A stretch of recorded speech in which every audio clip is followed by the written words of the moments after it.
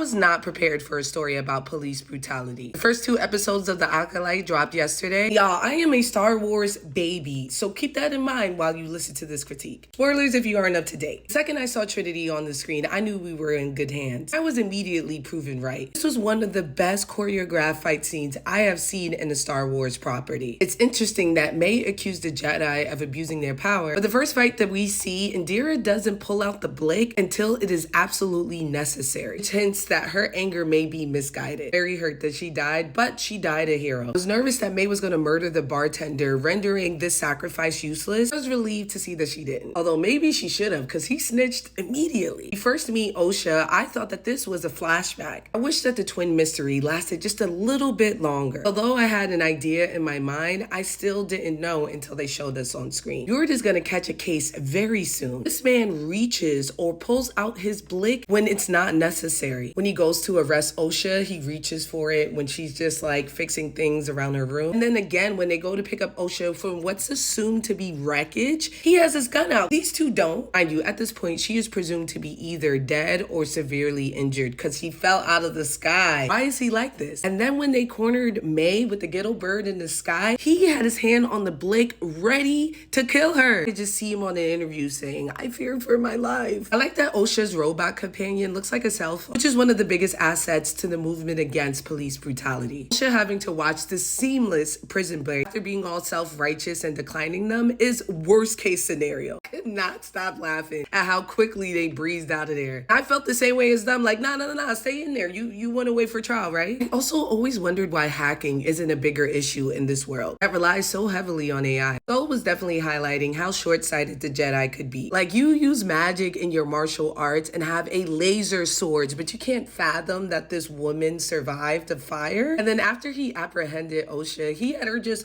walking around the ship like she wasn't a prisoner. I was glad that Yord checked him on this, even though he was immediately shown to be wrong. Nothing wrong with due diligence until you get the right information. I'm not saying string her up by her feet, but just don't have her walking around minding your business was a person. I don't have much to say about Manny besides the fact that he's fine as hell. I was sad that he snitched so quickly, but I love that he clocked the difference between May and Osha almost immediately, because Amandla is doing such an excellent job showing the difference between the two characters. Osha seems to be unsure and quick to guess herself, versus May, who perpetually looks like she's here to step on your neck. Cop allegory is insanely strong. Watch them organize and execute a sting operation on this man. I love this fight scene between May and Soul, not just because I like martial arts. It once again highlighted the difference between Jedi like Yord versus Soul and Indira. He did not pull his lightsaber once. This is Yord, who was ready to pull it out immediately. Maybe it's a confidence thing. Maybe it is the hubris of an older Jedi. I really enjoyed seeing this man just use his hands and feet, because this is a little much. Why are you reaching for your gun when this woman is surrounded and unarmed? Just so thirsty for that first body. I feel like she's the only one with her thinking cap on. I love her as a source of logic, and I'm excited to see where her character goes. Very much enjoyed these first 2 episodes. It reminded me of The Mandalorian, where I didn't feel left out. And personally, I've never seen a property in the era where the Jedi are thriving, because even the prequels were the beginning of the end. I thought the fight choreography was seamless, and I really liked the design of the characters. I do wish they played with the mystery of the twins a little bit more, and sometimes the pacing was just a little bit odd. But either way, I cannot wait to see more. Give it 3.5 out of 5 Freaky Flames. I'm interested to hear your thoughts, especially if you're a diehard Star Wars fan. Please let me know in my comments below, and until next time, have a fantastic week, my friends.